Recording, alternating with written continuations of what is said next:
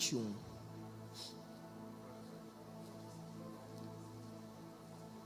Evangelho de João,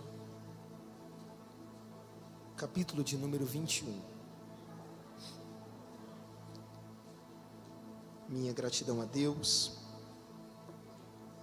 por estar aqui junto com vocês nessa noite, por estar junto com vocês esse final de semana, para adorarmos e bendizermos ao nome do Senhor.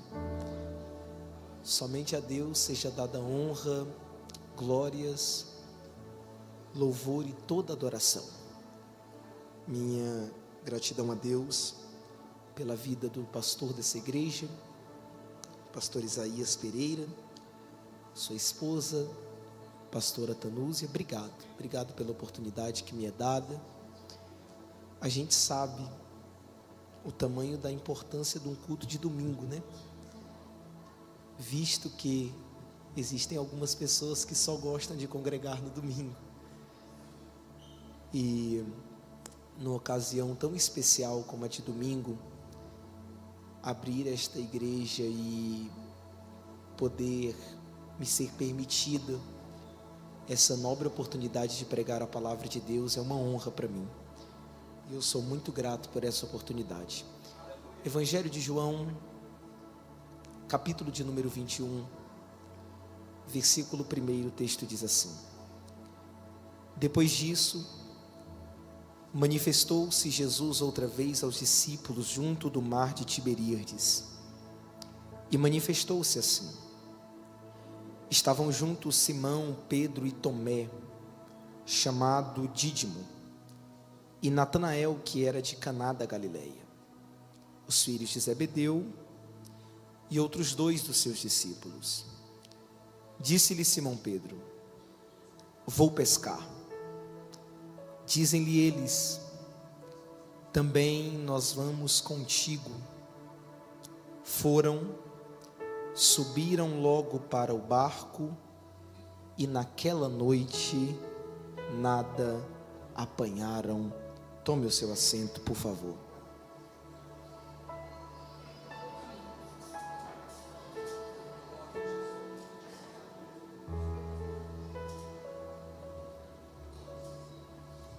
Glória a Deus. Meus irmãos, antes de pregar a palavra de Deus, deixa eu dar um rápido aviso para vocês.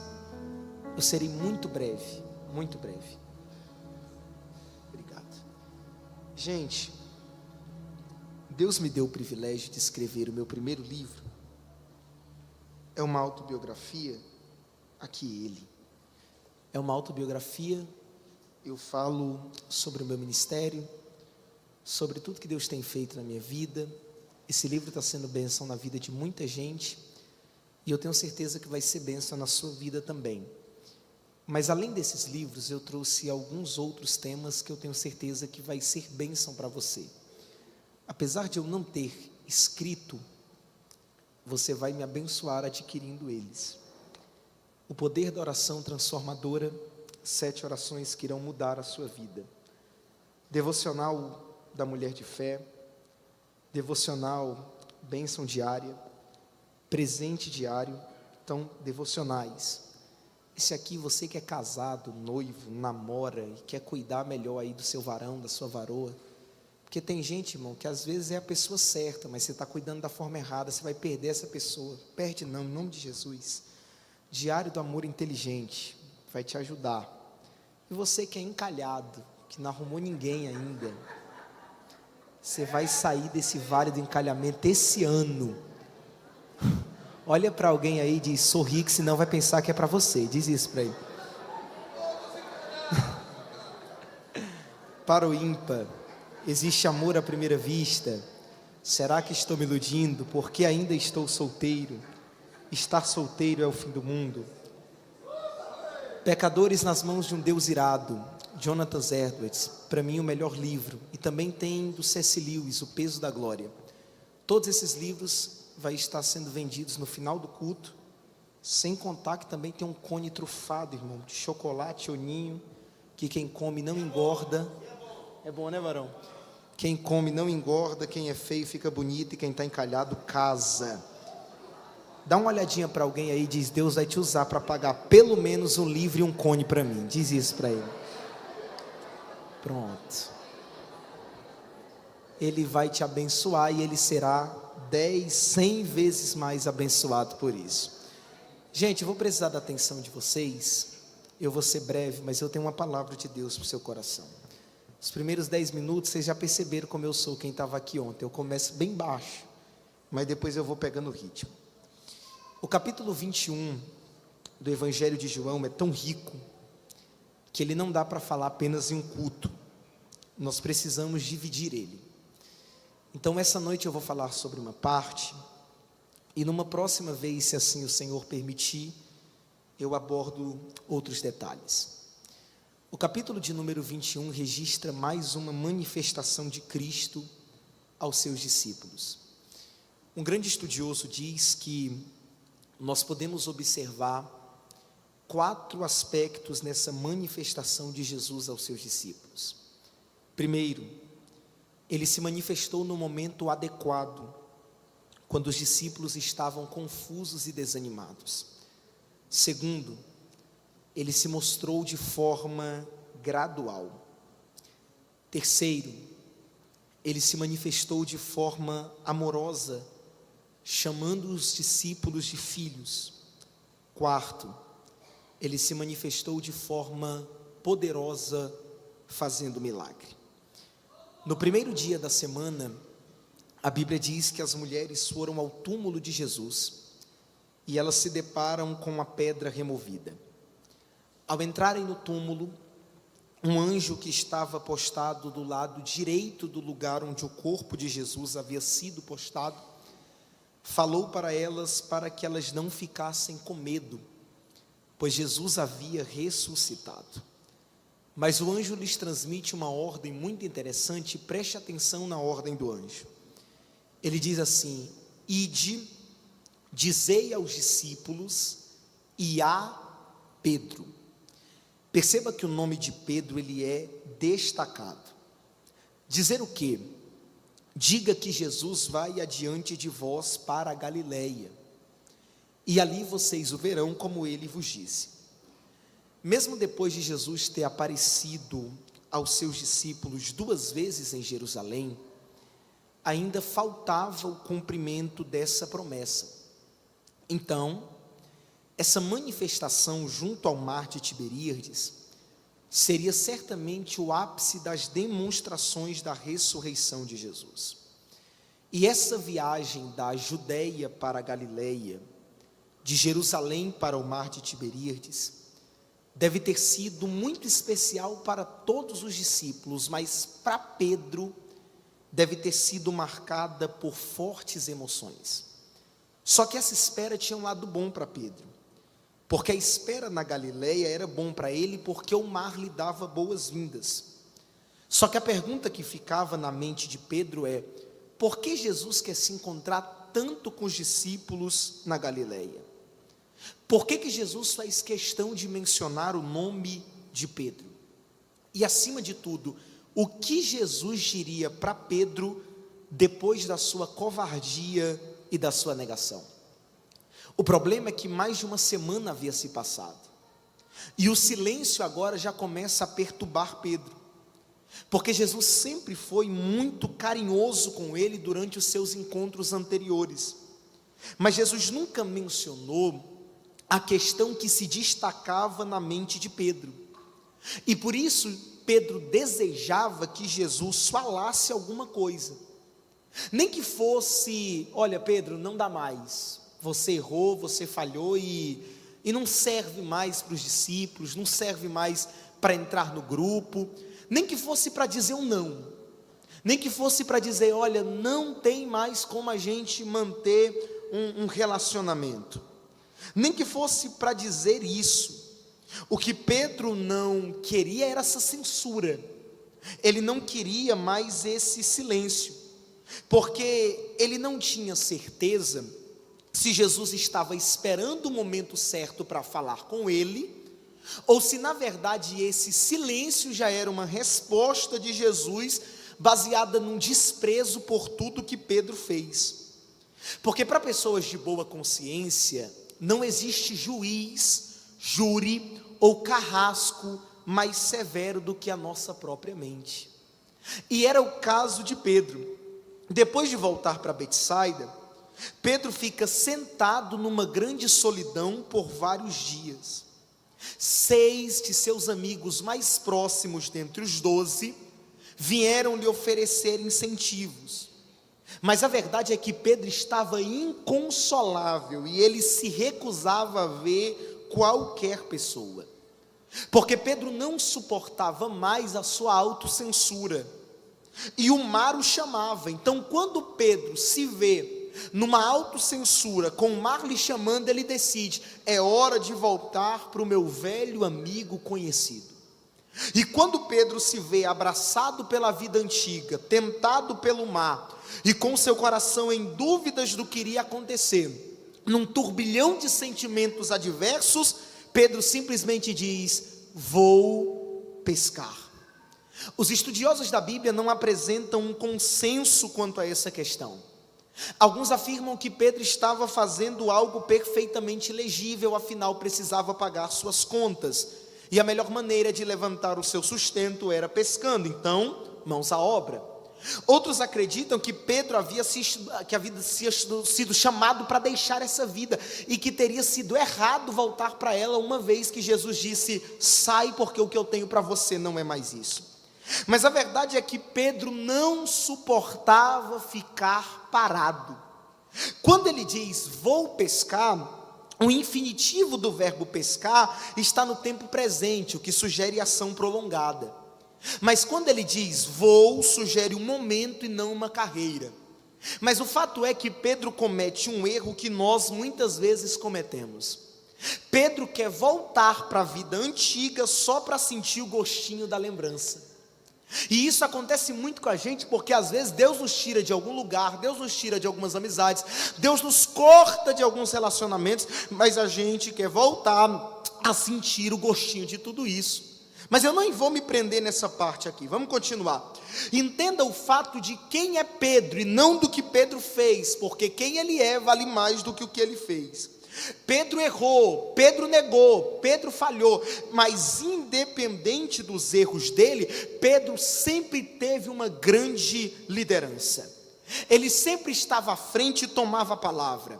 Na transfiguração, na festa da Páscoa, o seu talento de líder aparece em Atos dos Apóstolos. Como Pedro era um grande líder e como uma liderança sobretudo influencia, Pedro diz: vou pescar, e os outros disseram: nós também vamos contigo. Mas ele não chama ninguém, ele não convida ninguém, ele não pergunta: vocês querem pescar comigo? Ele diz: eu vou, mas os outros dizem: nós também vamos. Ele não chama ninguém porque existem momentos que até quem é líder quer ficar sozinho, que até quem é popular quer ficar sozinho, que até quem é rodeado de gente quer ficar sozinho. Só que querer não é poder. Pedro quer ficar sozinho, mas tem alguém dizendo: nós vamos contigo. Por que Pedro não consegue ficar sozinho, gente? Porque o chamado de liderança em Pedro é maior do que a solidão que lhe cerca. O chamado de líder em Pedro e para Pedro é maior do que a solidão que está lhe cercando. E eu vim pregar para alguém aqui nessa noite, e talvez essa mensagem pode não ser para 100, para 200, para todo mundo que está todo mundo que está aqui, mas eu tenho algo de Deus para dizer para alguém. Porque eu estou falando essa noite com gente que nunca orou para ter a liderança que tem. Você nunca sonhou em ser um líder. Você nunca projetou ser líder. Você nunca precisou fazer fofoca, fazer panela para isso. Você nunca sonhou em ter a influência que você tem hoje. Mas a verdade é que Deus colocou isso nas tuas mãos e não tem como fugir. Eu estou falando com gente aqui nessa noite que nunca orou para ter a influência dentro da igreja, dentro de casa, dentro da família, dentro do trabalho, dentro da escola, dentro da faculdade. Mas Deus projetou isso para você. A verdade é que tem pessoas aqui nessa noite que sustentam a sua casa, a sua família, os seus filhos, seu esposo, sua esposa debaixo de joelho no chão. A verdade é que tem gente aqui nessa noite que a família só está de pé porque todo domingo você vem para um culto como esse dizer: Senhor, guarda os meus, Senhor, guarda a minha casa. Todo domingo você vem clamar por aqueles que não estão aqui. E eu sei o quanto isso pode te sobrecarregar. Eu sei o quanto isso pode te cansar, porque vamos ser sinceros, parece que as tuas atitudes não têm o mesmo peso que as atitudes de outras pessoas. Então, o que você faz tem que ser com muito cuidado, porque se alguém faz, tudo bem, mas se você faz, não pode. Se alguém faz, está tranquilo, mas se você faz, você é julgado. E isso é o peso da liderança, porque você influencia até mesmo quando você não percebe. Sabia que tem gente que só canta porque você canta? Sabia que tem gente que só prega porque você prega? Sabia que tem gente que só ora porque você ora? Sabia que tem gente que só está na igreja porque ele olha e diz: se aquele irmão com tanto problema, com tanta dor, com tanta luta não parou, eu também não posso parar. Você pode não perceber, mas você é referência. E eu vim dizer algo para referências aqui nessa noite: não deixe que os problemas da vida afete a tua liderança. Não deixe que as dores da vida afete a chamada de líder que Deus entregou na tua vida. Por quê? Porque a chamada de Deus para você é maior do que os problemas que te cercam. Oh, glória. Você pode olhar para alguém que está do seu lado, olha para ele, olha para ela e diga: a chamada de Deus é maior do que a dor. Diga isso. A chamada de Deus é maior do que a calúnia. A chamada de Deus para você é maior do que a situação difícil. Então eu vim dizer algo para alguém aqui nessa noite: com dor, mas não pare. Querendo parar, mas não pare. Querendo desistir, mas não pare. Por quê? Porque solidão é momentânea, mas chamada é duradoura. Solidão é momentânea, mas propósito é duradouro. E eu vou falar algo, e se você tiver glória, você me acompanha. Eu estou falando com gente aqui nessa noite que estava a um passo de jogar tudo para o alto, que estava a um passo de chutar o pau da barraca, mas Deus está dizendo para alguém: eu estou te dando força para ir em frente e para continuar. Eu sinto Deus aqui nessa noite. Eu não sei se alguém entende o que eu estou falando. Eu estava falando com o Rodrigo aqui hoje. Essa noite é a noite de Deus tratar com alguém. Essa noite é a noite de Deus conversar com alguém. Essa noite é a noite de Deus falar no ouvido de alguém, dizer: eu sei que a dor é grande, eu sei que a luta é grande. Posso falar? Você não precisa colocar uma maquiagem e disfarçar a dor. Você não precisa colocar uma máscara e dizer: não está doendo. Você não precisa colocar uma máscara e dizer: não estou sentindo nada. Não tente ser divino quando você é humano. Mas eu posso te dar uma notícia boa: quem não sente a dor da chamada não foi escolhido para um propósito. Quanto maior a dor, maior é o propósito que Deus entregou na tua mão. E você não vai desistir, você vai até o fim com o propósito que Deus te deu. Quem pode adorar a Jesus nessa noite?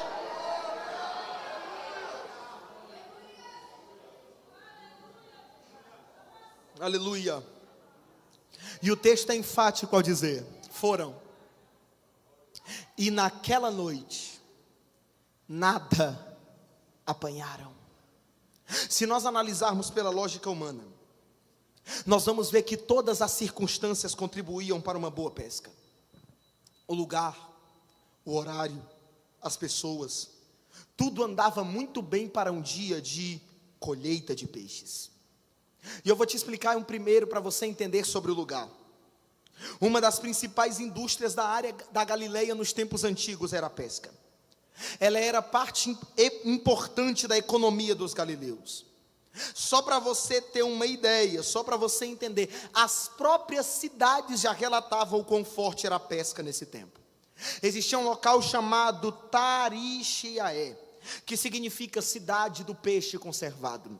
A própria Betsaida significa casa de peixarias ou casa de pesca. Então, com certeza não era o lugar. Então, será que era o horário? Vamos analisar.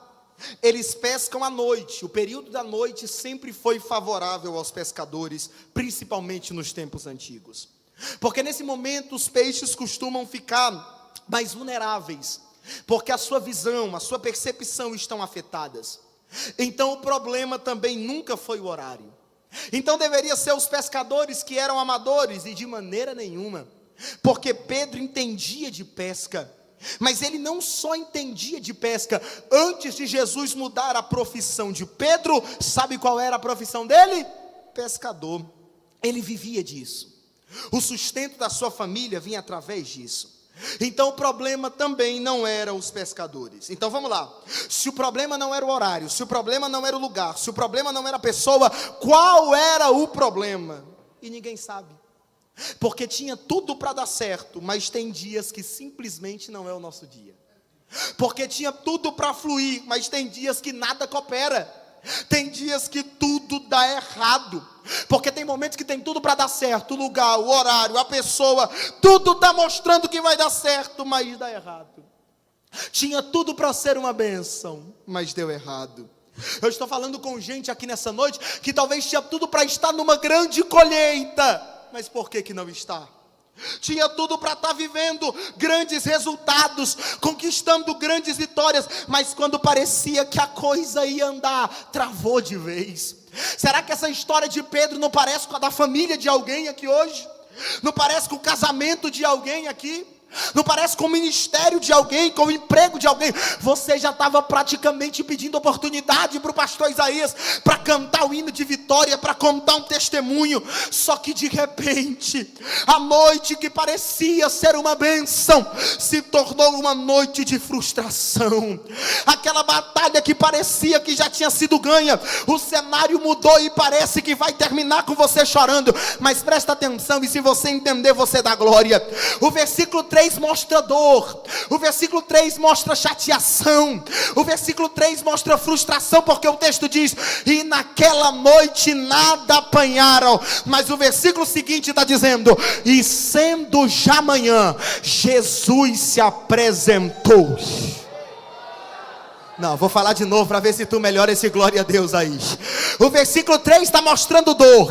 O versículo 3 está mostrando frustração. O versículo 3 está mostrando feridas. Mas o versículo seguinte está dizendo: e sendo já manhã, Jesus se apresentou.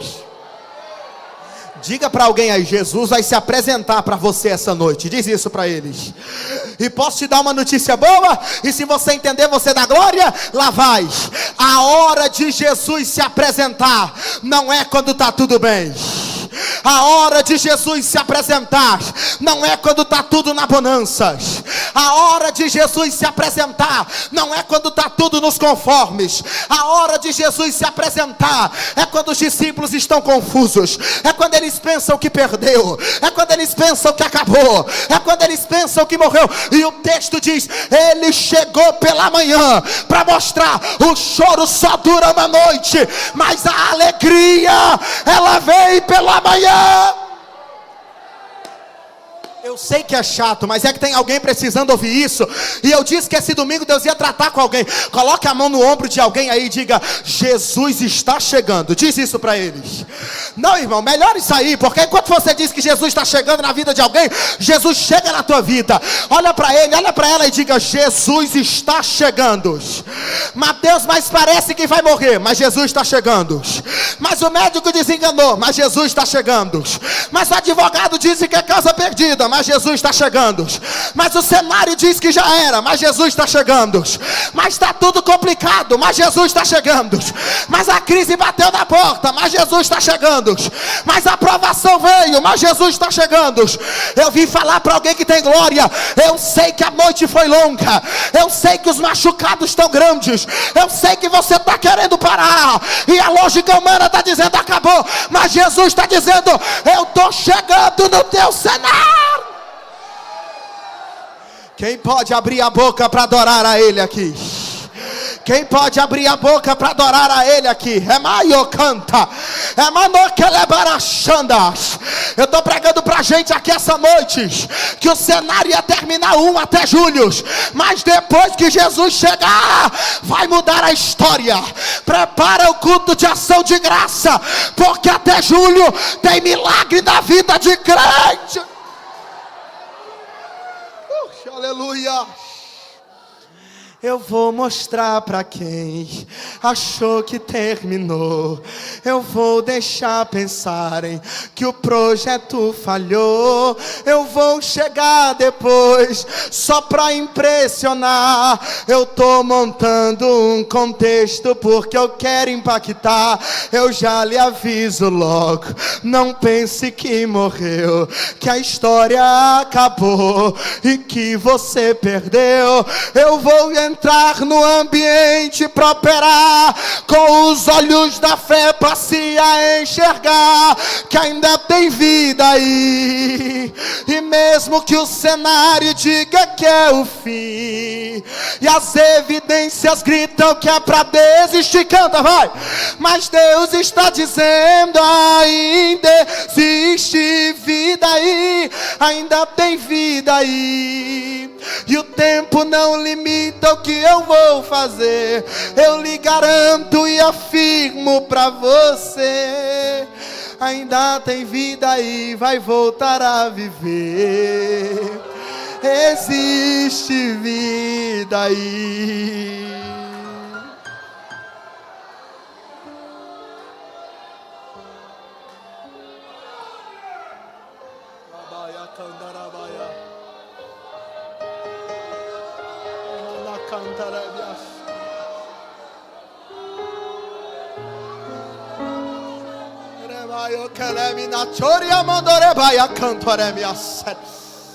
Oh glória a Deus, oh glória a Deus, oh glória a Deus.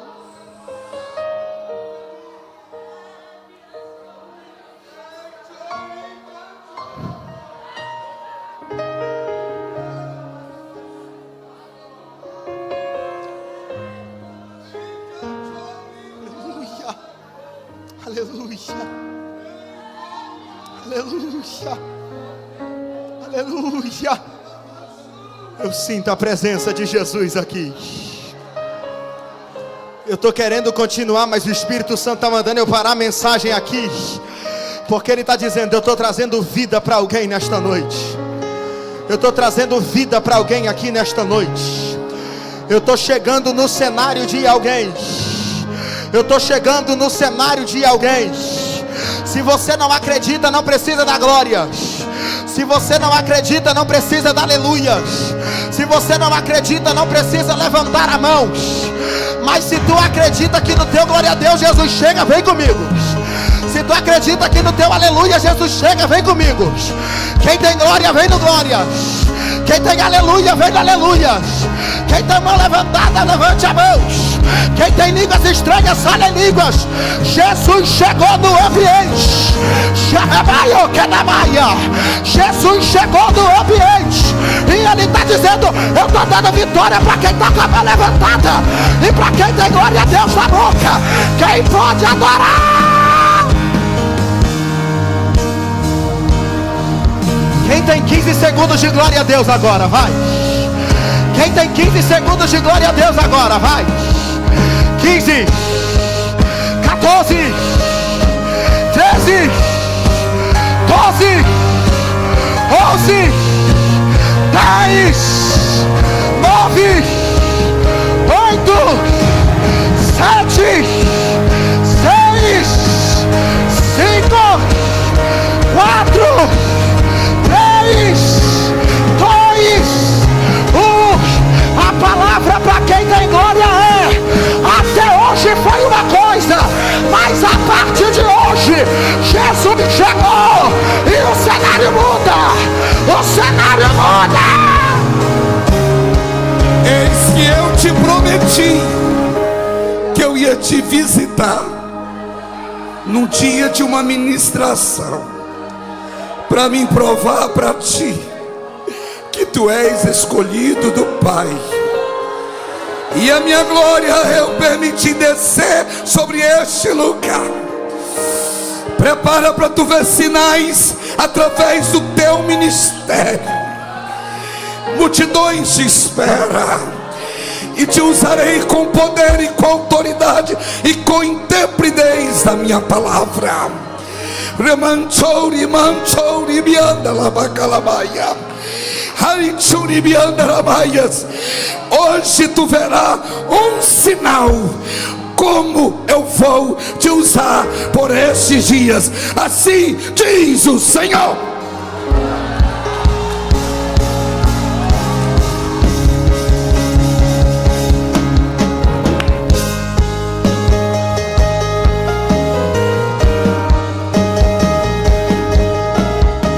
Você pode adorar a Jesus nessa noite.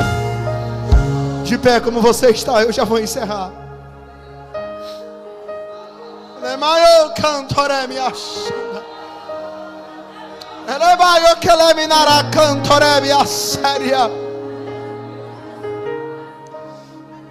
Tem gente aqui nessa noite que o cenário ia ser de morte,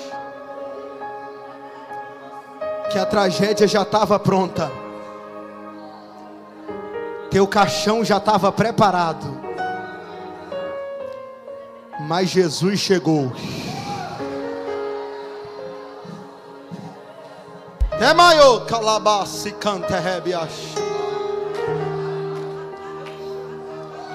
Nós estamos no ambiente espiritual aqui. Há uma glória diferente aqui nesta noite. Maia canto que minarabadala basuri andoreba eu cantore me achanda. Remaio que levaio siria darabaia. Eu já vou encerrar, mas eu preciso dizer algo para você.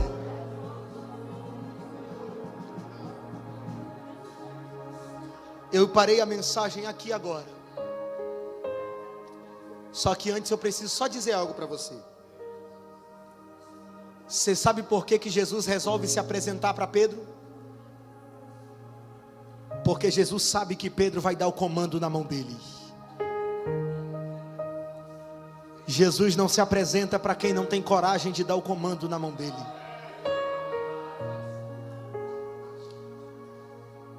Eu estou falando com gente aqui, e isso aqui é muito objetivo. Você sabe que você não aguenta sozinho. Você sabe que do jeito que está não vai dar certo. Você sabe que você vai terminar ferido, decepcionado. Sente. Você sabe que você vai terminar decepcionado, machucado, frustrado. E é por isso que Jesus está dizendo: mas eu estou aqui hoje. E se você tiver coragem de dar o comando na minha mão, eu me apresento não para dar jeito, eu me apresento para resolver. Eu já vou entregar o microfone, mas eu quero saber: há alguém no nosso meio que ainda não é cristão, que ainda não aceitou a Cristo como único e suficiente Salvador? Eu sinto Deus aqui. Ou alguém que está afastado dos caminhos do Senhor? Eu gostaria que você levantasse a sua mão o mais alto que você pudesse. Eu sei que tem, mas eu quero conhecer você. Estou vendo uma mão lá no fundo. E tu tem jeito de crente. Desculpa te falar, tu tem jeito de crente. Tu é diferente. Há mais alguém? Talvez tenha e você não quer levantar sua mão. Sem problemas.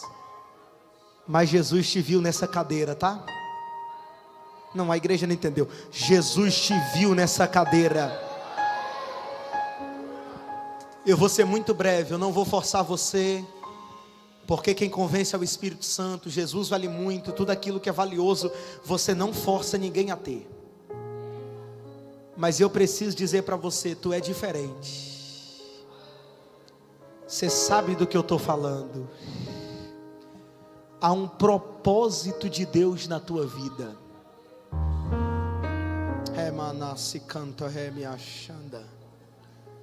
E não adianta correr, porque o que Deus colocou na tua mão para exercer é muito grande.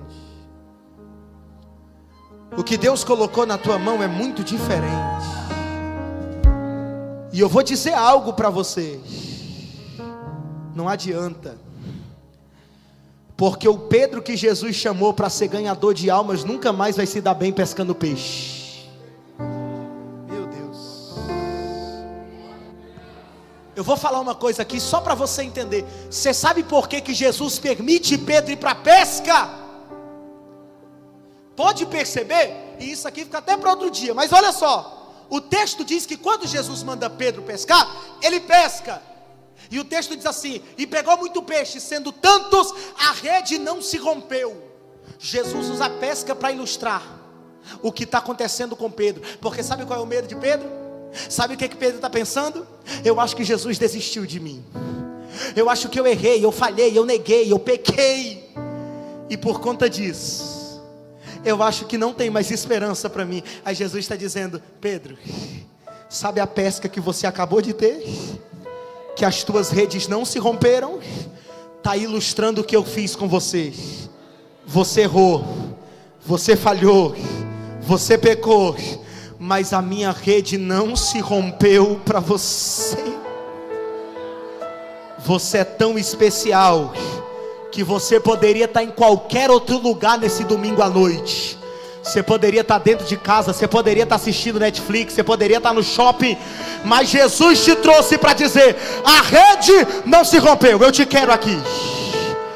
Já está chegando gente para Jesus nessa noite. Oh, glória a Deus. Era para você dar um glória mais alto, porque já tem uma alma para Jesus.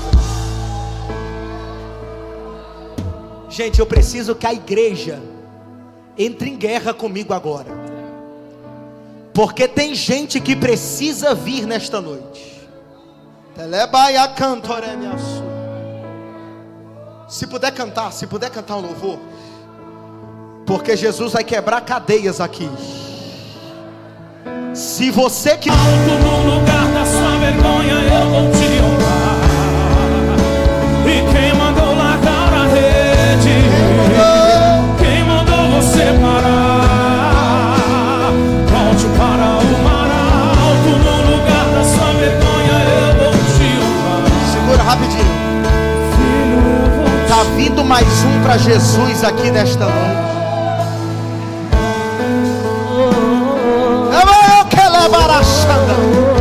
Mas ó, Jesus vai salvar mais gente. Se você está do lado de alguém que não é crente, ou de alguém que está afastado, toca no ombro dele, toca no ombro dela e diga: se você quiser, eu vou lá com você agora. Diz isso para ele. Diz isso para ela. Porque tem gente precisando vir. Jesus quer quebrar o laço dessa noite. E mandou eu te falar: pega o que ele te entregou e volte para o mar, que é o teu lugar. Quem mandou agora a rede? Quem mandou você parar? Volte para o mar alto, no lugar da sua vergonha, eu vou te honrar. E quem mandou agora a rede? Quem mandou você parar? Volte para o mar alto, no lugar da sua vergonha, eu vou te honrar. Filho, eu vou te honrar. Meu Jesus está te convidando.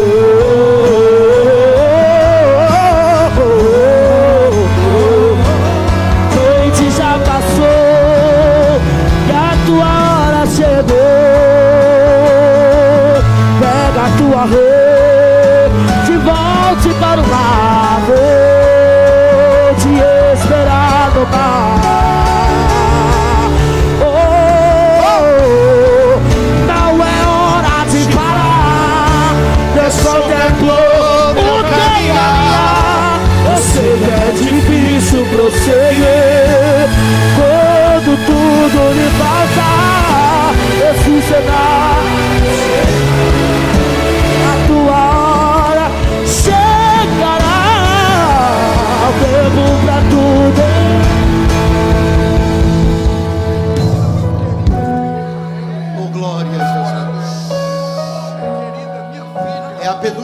vez que eu vou convidar.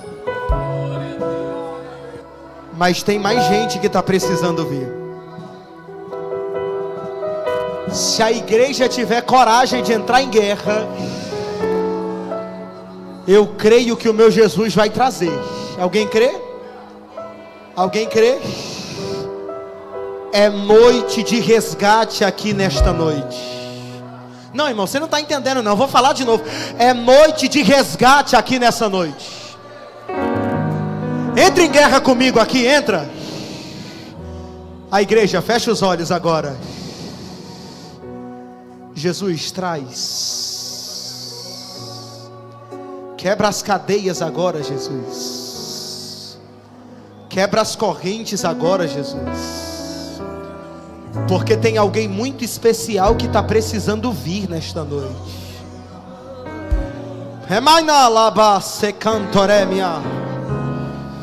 Porque tem alguém que o Senhor já deu livramento. Já chegou mais um aqui. Tá vendo como a igreja, quando ora, o negócio fica diferente? Senhor, essa pessoa que está precisando vir, o Senhor já deu livramento para ela. O Senhor já mostrou que ela é do altar. O Senhor já mostrou que ela é diferente. E que não adianta correr, porque quando o Senhor tem um propósito, ninguém consegue apagar aquilo que o Senhor projetou.